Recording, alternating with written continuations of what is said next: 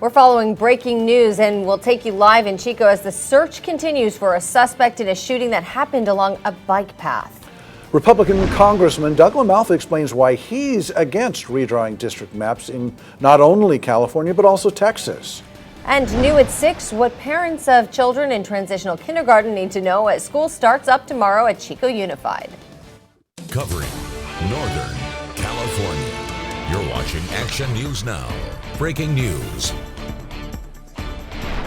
We begin with breaking news in Chico. The police department is investigating a shooting that happened on the bike path near Rio Lindo Avenue this afternoon. Police say one person was shot but had non-life-threatening injuries. They are now on the lookout, though, for the shooter, and we're looking at the scene right here as police look for that shooter. That's what it looked like just a few hours ago. And Action News Now reporter Alejandro Mejia has been there since about 4:30. Alejandro, we checked in with you last. You heard from a witness who heard 9 popping sounds. Anything new since then?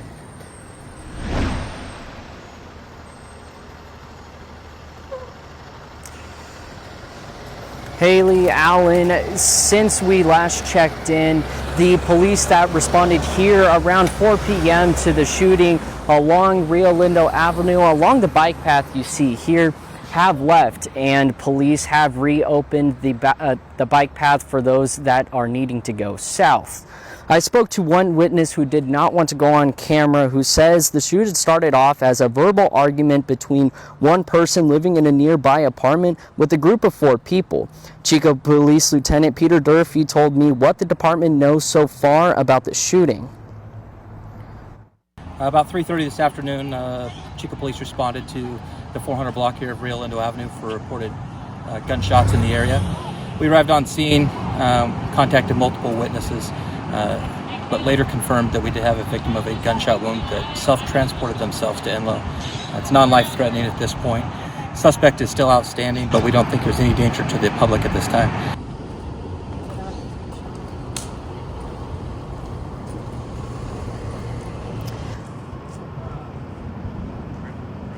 The witness told me he heard what he believed was 9 gunshots and seen that the victim was shot in his left quad. Police told me that the victim drove himself to Enloe Hospital. Lieutenant Durfee says that the police believe that this is an isolated incident and the suspect is still at large and is believed to be armed. But Lieutenant Durfee says that since this is an isolated incident, they don't believe that there is a threat to the public at this time. Reporting live in Chico, Alejandro Mejia, Action News Now. All right, thanks, Alejandro. Our digital producer there raced out to the scene of this breaking news, and we're going to continue to bring you updates as they search for that suspect. We are tracking below average temperatures again to start our work week. Yeah, not what you'd expect for Northern California summer. We plan for dangerous heat during this time of year, and lately it's kind of just been incredible weather. This is a live look from Alert California's Hammond Ranch camera looking at Mount Shasta. Not a lot of ice out there. Not a lot. Chief Meteorologist Howie Gordon is tracking those conditions for us. So how are we looking right now tonight, Howie? It's looking like San Diego to the north version is what we've been looking at lately, but we started off this way early in the week. It's going to be a different story by the middle and the end of the week. But for now, let's not rush to the end of the week yet. We'll enjoy these cooler conditions where we're about almost 10 degrees below average. Look at the valley, mid to upper 80s at the moment. Chester's sitting at 80, up there in Paradise at 80 degrees as well. Now, wind-wise, on the lighter side, and we like to see that when we're as dry as we are during fire season, even though we're on that cooler side at the moment. Here's our moisture levels. Some spots really low, Redding at 15%. Other places a little better, 26% over in Corning. Right now, we're on the low side for significant fire risk potential. And for tomorrow, here's what we're looking at. Moisture levels up a little bit, winds down, a little bit warmer, but we're going to stay with low significant fire risk potential. We're enjoying this weather, but we are going to heat up again, and we're going to talk about that in a few minutes. Thanks, Howie. Paradise leaders finalized a decision on the town's first sewer system. Action News Now reporter Margot Rowe shows us the next steps. The community and our recovery is dependent upon this project moving forward. The Paradise Town Council approved a plan for the sewer project, which will feature a hybrid gravity step system, a lagoon wastewater treatment site, and evaporation pools for dispersal. It's hopefully will spur the growth in the downtown area. These smaller lots here will now be able to house businesses, restaurants, what have you, because they'll have a sewer. The project is now fully funded due to the town moving money from the Row Road expansion project. Crowder says after much criticism about the expansion, the council decided that the project should change. Town Public Works Director and Engineer Mark Maddox says that the expansion project isn't off the table, but staff will look for new funding and a new direction. So for next steps on that, we're going to be meeting with those funding agencies to talk about what can happen, maybe reducing the scope to help us achieve still a fundable project or a funded project through the funds remaining after the sewer project allocation. Several locals I spoke with do have some concerns about the project in regards to the hybrid aspect of the sewer, the environmental impacts, but the road construction was one of the biggest concerns.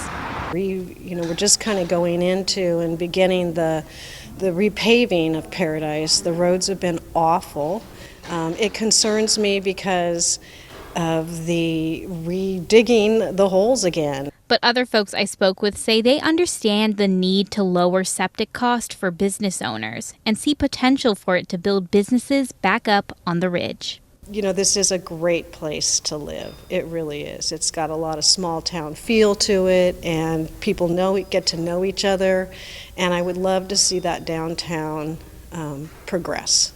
Maddox says with the new updates of having the treatment site within town limits, staff is updating the environmental impact report, and we could see construction start in 2027. Reporting in Paradise, I'm Margot Rowe for Action News Now.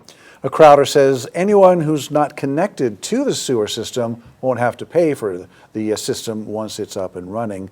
Maddox says the project should be completed by 2029. New developments. California Democratic lawmakers have released a new proposal for redistricting maps, and if voters approve it, they could shift the outcome of midterm elections in several key districts, including some in our area. So take a look at these two maps that come from the official California State Assembly Elections Committee website. On the left is the current map. On the right, you can see proposed changes. Butte, Tehama, and Glenn counties would remain in District 1, and Trinity County would still be in District 2. But under the new map, Shasta and Modoc counties would be incorporated into District 2 as well. Redistricting could mean big changes for District 1. Yeah, that's right. That, as we just saw, it covers all of our area, and it's been represented by Congressman Doug LaMalfa for more than a decade. Today, I asked him for his take on what's happening here and in Texas. Haley, it isn't good anywhere where it happens. It shouldn't be done for political purposes in any aspect. I think that whether it's Texas or California or then 10 other states to adapt to that, it just makes a mess, and it makes it where people can't trust their system and even know who their legislator is for more than 5 years at a time. So California's double whammy is that it's running over the top of the people's voice and vote to take it out of the hands of legislators. And so they're calling this an emergency. Personally, I hope none of it happens, because I supported this commission way back when it first was on the ballot strongly. And as I've witnessed in the past what it looks like when legislators draw their own maps. Congressman LaMalfa won last November's election with nearly 2/3 of the vote. Yesterday marked 5 years since the start of the North Complex, which included the deadly Bear Fire that destroyed several parts of Butte and Plumas counties. It burned through Berry Creek and Feather Falls, killing 16 people and damaging 2,400 buildings. The complex in all scorched through more than 3,000 acres before crews managed to reach containment. Now, the Bear Fire broke out and joined the North Complex 3 weeks after the complex broke out September 8th. We have been tracking the rebuilding process in Berry Creek, and we'll show you how far the community has come on that anniversary. We have new details about what happened in court today for the suspect in a 41-year-old Shasta County murder. Roger Schmidt was arraigned today for the murder of Terry Arndt in Bernie in 1984. He's also charged with the sexual assault of a female victim.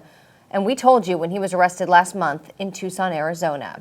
Schmidt pleaded not guilty and will return to court August 28th to set a date for a preliminary hearing. He's being held there without bail. New at 5, we continue to follow the animal cruelty case in Chico. Last week, we told you about the Chico Police Department removing 30 animals from a home after they found the place to be unsanitary. Police say the cats are now at the Chico Animal Shelter. They're currently not available to adopt, but if you want to help, you can sign up to foster, donate items or money toward the cats' medical funds. They need canned cat food, kitten food, and used yoga mats too. To see available animals that you can adopt, you don't even need an appointment. Just walk into the shelter Monday through Thursday from 2 to 4. Seniors hit the diamond to face off in the local senior softball championship games.